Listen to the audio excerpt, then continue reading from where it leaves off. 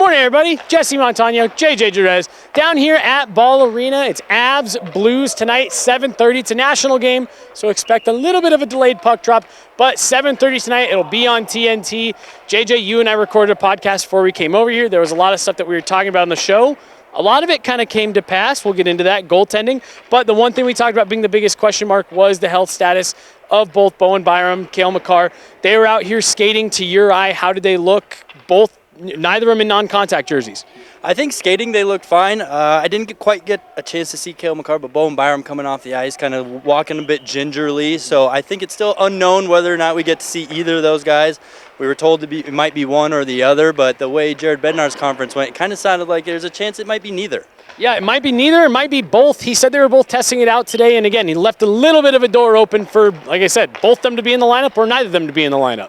Well, it was promising this morning, so they were giving it a test run this morning, and we'll see tonight. Other than Bowen Cale, we did get clarity. We were right. It is going to be Ivan Prosvetov in net, giving Alexander Georgiev his first night off. We're going to get our first look at Ivan Prosvetov. He's been with the team for a couple weeks. JJ, again, with your goaltending background, how much is it helpful for him to be able to get in? While you are worried a little bit about how long he's gone in between games, he's been able to get comfortable with the team, with the systems, work with UC Park, with the goalie coach. How big of a difference does that make for you? I think, you hit it on the head. You can't substitute gameplay, right? So it's tough that he hasn't seen any game action in a while, but he's had nothing but an opportunity to work on his game with UC Park. That could be an advantage or a hindrance, right? He might be overthinking the game, or he might just be super comfortable and confident. So it's really just going to rely on what we see tonight. And, of course, that's going to give the coaching staff a little bit more to work with, right? A little more data to say, okay, this is what we got to work on, this is what we like. So either way, it's very much see what you got in him tonight and go from there. We talked about that with Jussi Annunen of like, oh, well, you just call him up because he's a known quantity. It's going to be good for them to figure out what they've got in Ivan Prosvetov, and I guess you can't have the excuse that he's not going to be prepared, right? As far as the lineup goes, we usually do these things, JJ, it's like, no lineup changes. We're just kind of cruising through. Lots to talk about for tonight as both Jonathan Drouin and Tomas Tatar were out on the ice late.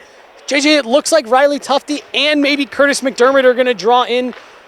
To me, this maybe looks like a bit of a wake-up call. Do you feel the same way about, like, this is more about sending a message of you got to be, you got to take this play to the next level?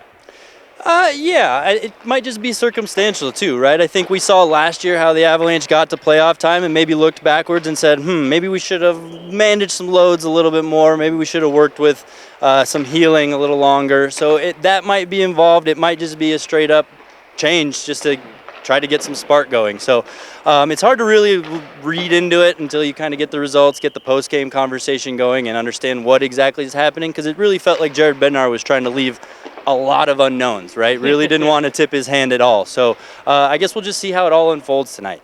Yeah, you mentioned it again earlier this morning on the podcast, which go check out on YouTube. Riley Tufte likes to go to the net, and that is one thing we have seen from Curtis McDermott, him playing it forward now all through camp. This dude, he will go to the net, no doubt about it. And you mentioned it, the Avs have had a hard time getting there. It's getting back to simplifying in these games when you're struggling not scoring goals, and big part of that is going to the net. So they're drawing two guys in who are going to do that. St. Louis team, the Avs on paper are better than. What are your expectations for tonight against a good physical St. Louis team coming into Denver? Yeah, I think it's a good opportunity to kind of be experimental with these things, right? Maybe slot in some new names because, like you said, St. Louis isn't the strongest team in the division. So I don't know. It's hard to say with the result with this many unknowns. I'm hesitant to pick a winner here. Okay, yeah. But I think the Avalanche could still absolutely take care of business. They are the better team, still have their weaponry up front, and I still think the odds are in the Avalanche's favor here. I'm with you, and I think the sports books agree with you that this game should still favor the Avs, but as we've learned these last couple games, they're going to have to earn it. They're going to have to clean a lot up. But it is Avs. It's Blues, 7:30 tonight here in Denver. It's going to be nice for the Avs to get a game in front of their home crowd before, like Jared Bednar said, they head out back on the road tomorrow. Avs, Blues, 7:30 tonight here in Denver.